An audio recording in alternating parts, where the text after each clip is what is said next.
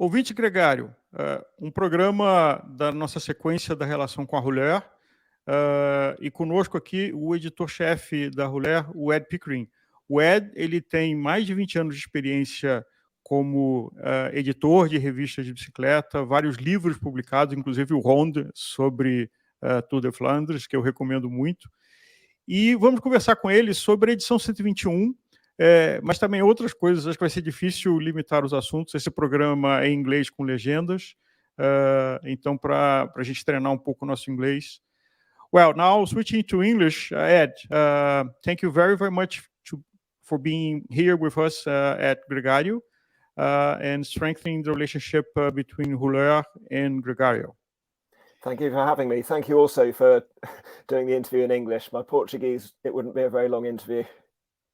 Well, who knows where artificial intelligence will be? I read the other day that there's some apps that's going to generate the same tone of voice, but on different languages.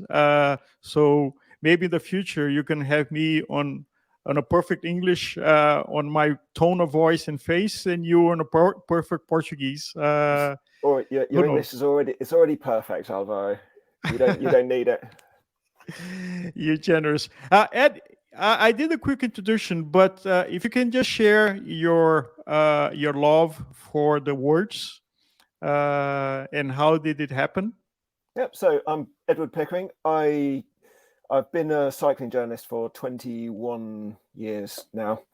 I've been I was a cycling fan for many years before that. I was always drawn to cycling, which is a very exotic, colourful, mysterious sport to me when I was a teenager in the 1980s in the UK.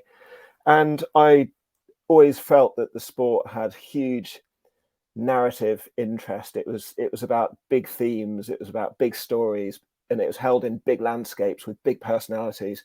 And that's what drew me. And at the same time, I've always loved reading, I've always loved writing, and I felt that cycling was a sport that allowed me the space to write about the sport, but also to see where the sport takes us, which is many different places. And I felt that my interest in writing and reading and my interest in cycling kind of fit perfectly together. But your love for cycling also translates on the activity, because you love other sports, you love playing music, piano, drums, but on your off hours, you enjoy spinning the pedals? Yeah, I do. I am and always will be a cyclist, but I don't do much cycling at the moment, Alvaro. I've got a young family, I've got a busy job, got music happening as well. And these days, my cycling is generally around town. I'm a passionate believer that cities are better places if there are fewer cars, more bikes, more people. And so I use my bike to get around town. But to keep fit, I play Japanese drums, but also I do a lot of running these days, which has a similar experience in my view to cycling. It's a little bit different, but I get the same kind of relaxation of mind and physical exercise with running these days. And you can achieve in 30 minutes running what it takes 1 hour to achieve on the bike. So it's a bit more quick, a bit more easy for my lifestyle. But I will come back to cycling, I promise. Well, I share the same. I say with my friends that after I started Gregario, I never been closest to cycling and so far away from my bicycle because of everything that goes on. The lifestyles are not always compatible, but that said, I would love to start riding again sometime soon. My kids are getting older now; they're starting to show interest in cycling themselves. They go off on their rides, so it inspires me. But soon I'll get the Lycra back on and do some longer riding soon. And let's start with edition 121 that's coming out shortly. It's one edition at the Tour de France, and there's a provocation that you guys did that I'm following, which is the Tour de France should be renamed to Tour de Homme, and then you have the Tour de Femme. So there's a double edition. There was a double edition that we reported on, and now it's an edition fully covered just after the Tour de Femme, which was spectacular. how was it to have a full, because road cycling is has a lot of strong ideas, and on this edition, I think one bad figure of the sport, it's admired on many dimensions, but not on this one particular level. But how was it, the initiative and the commercial challenge to do an edition? It's marvelous. I strongly recommend that everybody reads it because it's for everybody that loves the sport. But the challenge internally to develop a editorial committee and doing the guidelines and looking at women cycling at a universal format. Yeah, so a few years ago, we did, I think it was our 101st edition, Rouleur 101 was our first women's edition. This was before I worked for the magazine, so it wasn't I can't take any credit for it whatsoever. It was Ian Cleverly and Andy McGrath were the editors at the time, and they worked with Orla Chenery, who is a TV presenter. She is a Rouleur columnist. She knows cycling inside out. She's a passionate advocate for cycling and equality. And Orla guest edited that first women's edition of Rouleur, and that first edition was brilliant. It sold extremely well, and it seemed to really hit a nerve with cycling fans. That it made us all realise there is this huge area of the sport which we just kind of left and ignored, and it's huge. It's got a lot of interest and a lot of stories for us all to be engaged by. And the first women's edition was a huge success. And we always felt, well, the ideal scenario is if we have pure equality, pure parity, and in the future there is no kind of discrepancy between the men's sport and the women's sport, other than to designate the races. We want the same amount of coverage, the same level of interest, the same amount of money in each side of the sport, so that the whole is stronger for that. So we thought we'll do another women's edition, and the subtitle for this one, which is 121, so 20 editions since the last one, the subtitle was Close the Gap. And we recognize that there's been a lot of success in moving towards equality between men and women in cycling and the men's and women's sports, but also in participation. But that job is not finished. Just to take the first step isn't to finish the job. So this edition is another step towards finishing the job. It's going to be a long road ahead. We're not going to be finished with this one, but we wanted to, again, celebrate the participation of women in cycling, not just on a sporting level, but in terms of bike design, in terms of fandom, in terms of just participating, enjoying cycling, because it's a beautiful sport that should be open and accessible and welcoming to all. There's a lot of things that caught my attention. One, for example, that what we in Brazil call football, and the Americans call soccer, had caught up in the US much more with women, young women, than with men. And actually, the World Cup is just going on, and their team is superb. How have you seen on your 20 years of journalism on cycling, the woman taking a space? Because they were shy at the start, but we have seen over the last very few years, 2-3 years, an acceleration of women taking a space, and not just being a department of the men. They're building their own world. Yeah, no, I agree. It's interesting because, like I said before, I've been a cycling fan since the mid-1980s. And interestingly, my only access to the sport was cycling magazines. There was very little television coverage, just the Tour de France, which covered the Tour de France Féminin, which existed in the 1980s. And my favorite cycling magazine at that time, which was Winning magazine, actually it covered a lot of women's sport. Cycling, especially in North America, was a very inclusive space, and there was a lot of women's races. There was a fair bit of money in it, not a lot, but there was some money in it, and there were big events, and there was participation. It tailed off in the 1990s And I came into cycling journalism in 2002, which is I think it's the year after Nicole Cook won the Junior World Road Race Championships. So Nicole Cook was a British cyclist who had some success in the early 2000s. And the women's side of the sport, when I started as a cycling journalist, had very little coverage, very few races, not much participation, and seemingly not much interest. But I've watched as a journalist, this has changed during my time in journalism. I watched Nicole Cook become world and Olympic champion. I was there in Beijing when she won her Olympic gold medal, and she kind of blazed a trail. Others followed on.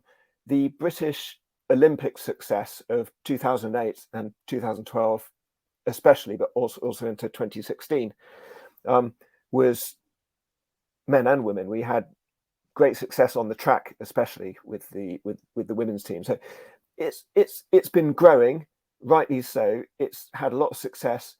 What we're seeing now is that belatedly, people have realised that there's so much interest in the women's side of the sport, because when you think about it logically, we've enjoyed watching men's races. Why wouldn't you enjoy watching women's races? If you have a women's race for every men's race, you double the number of races we have.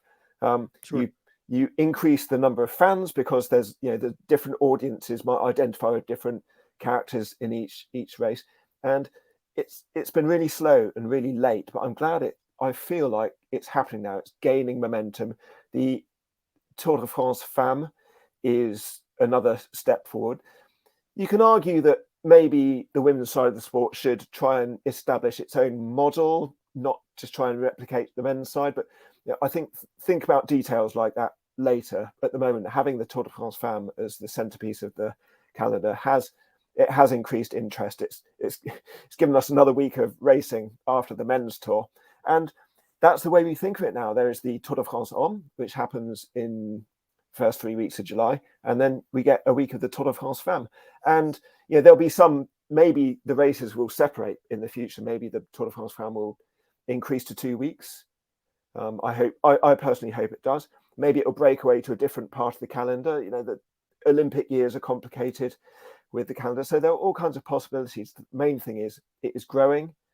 There is evidence, we cannot deny the evidence, that a huge number of female cycling fans are getting engaged in the sport. And also, let's not forget, male cycling fans also like watching the female side of the sport. So it's kind of win-win for everyone. There's more cycling fans, and everybody's happy. Well, do you think the Tour de Femmes was exhilarating? And I always think about a Grand Tour as a novel that's planned by doing the route and then hoping that the actors perform the drama, the comedy. So there's a narrative on each of the Grand Tour, and sometimes it works perfectly, sometimes not so well. So there's the weather, there's the accidents, and that's what's fascinating about Grand Tours. But on the other side, we hear a lot about how hard it is for somebody that's not into cycling to understand and fall in love with a Grand Tour. It's easier on the classic. And one question, for example, cyclocross is a great entertaining event, or mountain bike, XCC, XCO. How do you see the Grand Tour with 21, the Tour de Homme with 21 days, and the Tour de Femme in 8 days? Does it bring, in your opinion as a journalist, a better, from the entertainment side, it puts more pressure, and it's easier to follow from 1 to 8 versus from 1 to 21? Yeah, that's a very good question. I mean, there are historical reasons that the Tour Homme and the Vuelta and Giro also are 3 weeks long. And I think that model is so well established and so entrenched in our perception of cycling, the cycling calendar, and also the business model of the owners of the races, that I don't think that's going to change. I'm very happy with the 3 week Grand Tour. I love the like you say, the slow unfolding, the narrative, the highs, the lows, and the development of everything, development of the race. And yes, you sometimes get Grand Tours where the winner has established himself or herself early, and therefore you can argue the rest of the race is, you know, it has less suspense. Or you get a Grand Tour like this year's Giro where not much happened for a long time. You get that building of suspense and tension until a grand denouement. Everyone is different, but they all offer so much depth, complexity, and texture to sports fans, but also fans of grand narratives and, you know, people who like to see a story unfolding. Now, the women's side is interesting because at the moment we have expanded tours, Tour, Giro and Vuelta, but they're not 3 weeks. Will they ever evolve to 3 weeks? I don't know. It could be argued that why not aim for parity? Why not give it a try? I definitely think a 2-week Grand Tour would add that epic scale and also give a chance for the race to have that ebb and flow, because I felt that the women's Tour de France this year was, you know, I loved it. I loved watching it as a, yeah, I watched it more as a fan actually, because I wasn't doing much work on it. Our journalist Rachel Jarry and India Jarry and Olga Abelos were in France covering the race very, very, very well. You should go to Rouleur's website and read their pieces. I was watching it as a fan and enjoying it, but there was that sense that we were kind of waiting for the Tour and the time trial, and there were still things that happened. But I think, imagine if there had been another week after that time trial for, you know, for more to happen. Maybe Annemiek van Vleuten, with her undoubted endurance and resilience and experience, with another week could have had something to work with, rather than it being basically a battle on one climb of the race for the GC. But that's the way it happened. It didn't at all detract from the entertainment. But I tend to think that in terms of possibilities, at least 2 weeks for the Tour de France, and why not 3, would be a fantastic kind of change to the race, and it would only add interest for cycling fans. It's indisputable that women are different from men, and you mentioned this before on this talk about women developing its own, the women events develop its own personality. And for example, the Tour de Femme, the Instagram page was absolutely phenomenal, not only for the editorial cut and the soundtracks, but also for the athletes, the sense of humor they have on not being afraid of being funny, or which men are much more conservative and held back.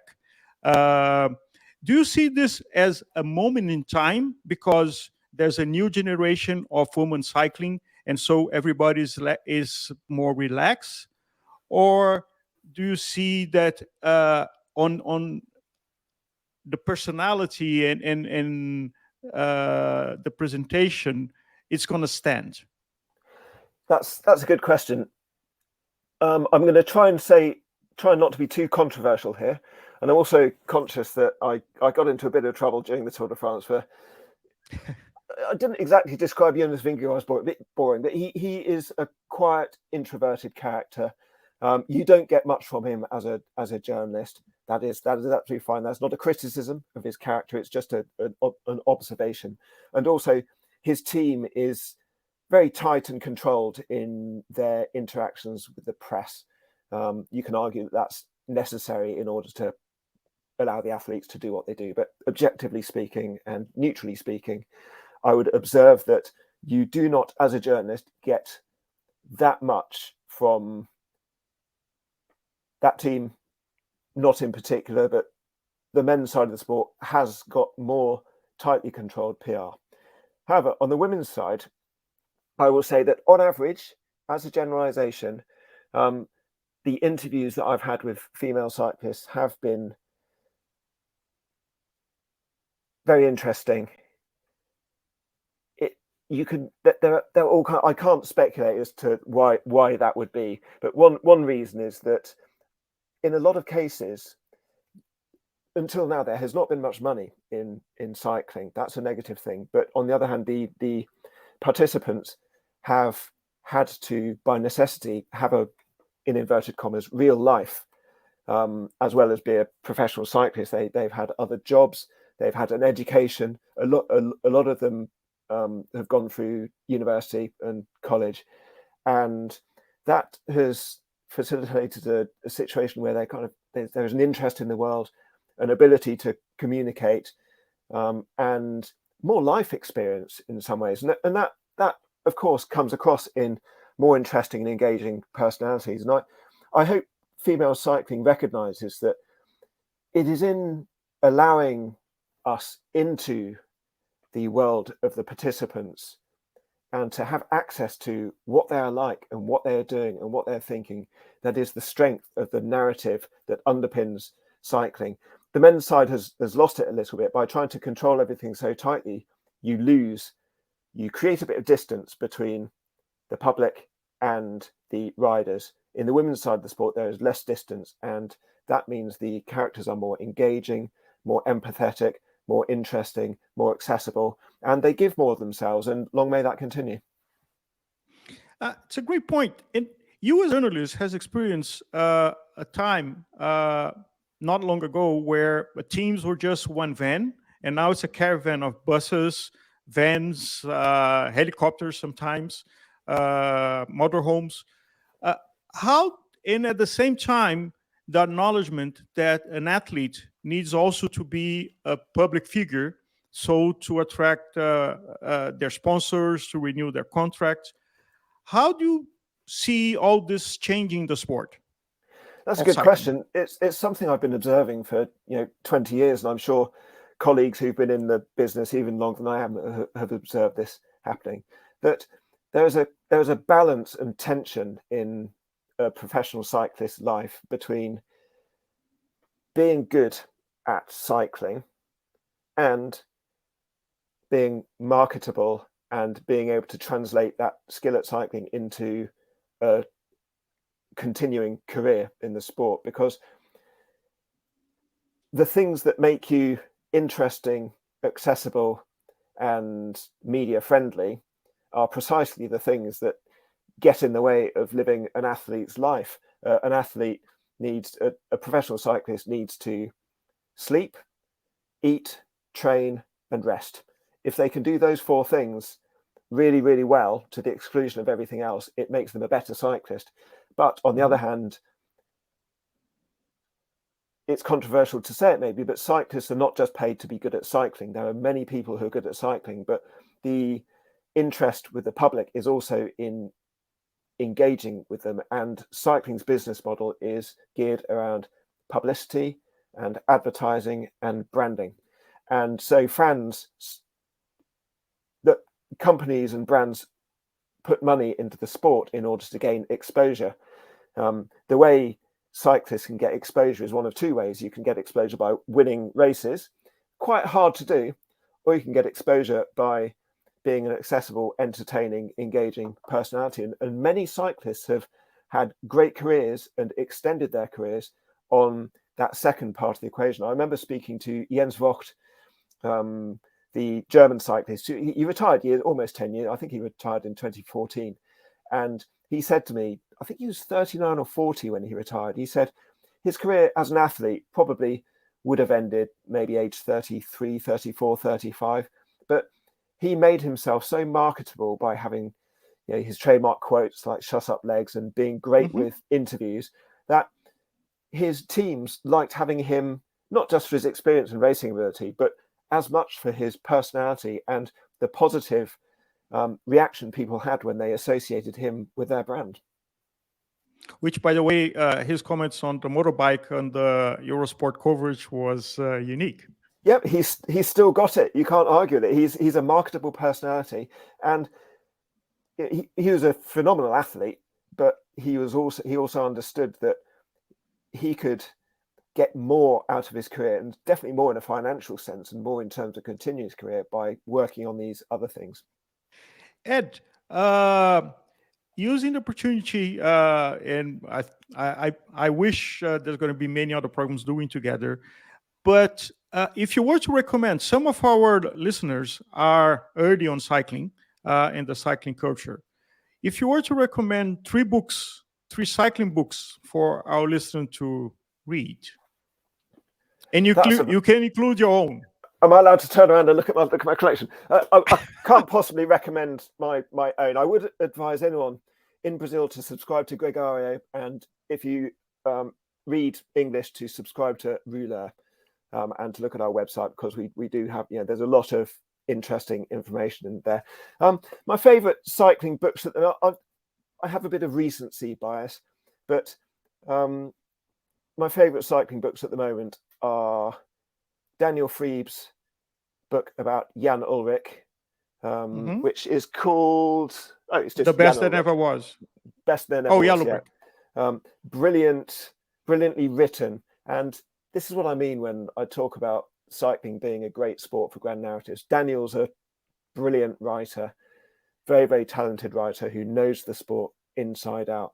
Now, I know this book took him a long time to do and a long time to get right, but it's a grand narrative that encompasses everything you want in literature. It's like the flawed heroes, hubris, pride, but also humility, the challenges that life throws at you. And the bike racing is a small part of it, really. It explains bigger narratives. It's so well written. And Ned Boulting's book, which came out this year, 1923, The Mystery of Lot 212 and a Tour de France Obsession. Again, my personal preference is for cycling books that are not just about cycling. Ned's book, it is about the 1923 Tour de France, but it is also about history, culture, the pandemic. It's about one man's kind of exploration and search for meaning and an exploration of the world. And I really enjoyed reading it. Again, it's so well written. Ned's a brilliant researcher and a brilliant writer. And the last one I'll recommend is the book that made me discover how colourful and deep cycling is. It's Kings of the Road by Robin McGowan.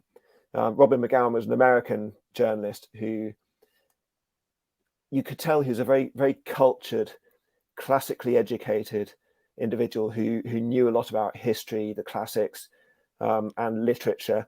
And he had a way of describing the sport which elevated it into kind of a Homerian epic and conveyed the sense that this is not just a series of events one after another, but it speaks to wider meaning and appeals to the senseness, all of us, wanting to know about these grand stories.